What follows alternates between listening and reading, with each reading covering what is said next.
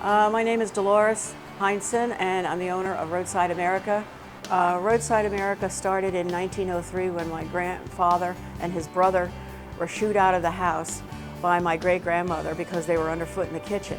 And they climbed up on the mountain near the pagoda and looked over the city and decided to build miniature buildings. And they came home all excited and presented their idea to my great-grandparents, and they encouraged them, and they worked in the kitchen, and my great-grandfather built a workshop in the basement for them, and they had to go out and do small jobs to create generate money to buy supplies. Well, it's everyday life represented in the town, people on the, walking on the street, going shopping. There's the dog catcher and the steamroller, people going to church. It represents an era that in a lot of cases doesn't exist anymore.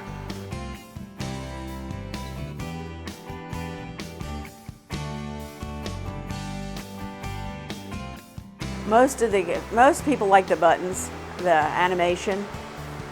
They get a kick out of that. The kids love that. It's the history of the area and other various places. Some of the buildings in here, if my grandfather liked you or knew you, he would make a model of your building.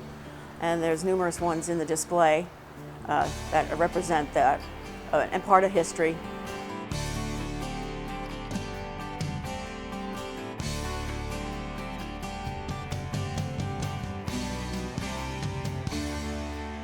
Yeah, my grandfather created a formula which we don't have, where he experimented on glass slides, painting different colors, different mediums he worked with.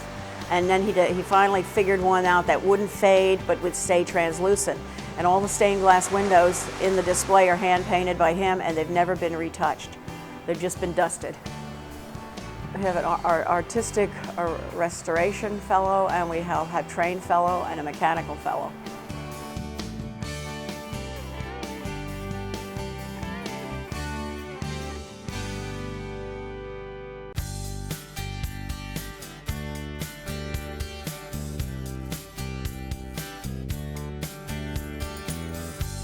From 1941 to 1953, Roadside America was 4 miles east of here.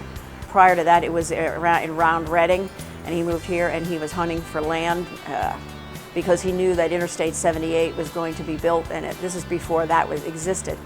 And he bought the property here, and it was pretty much swampland, and he filled it all in and built the building here himself, put it in.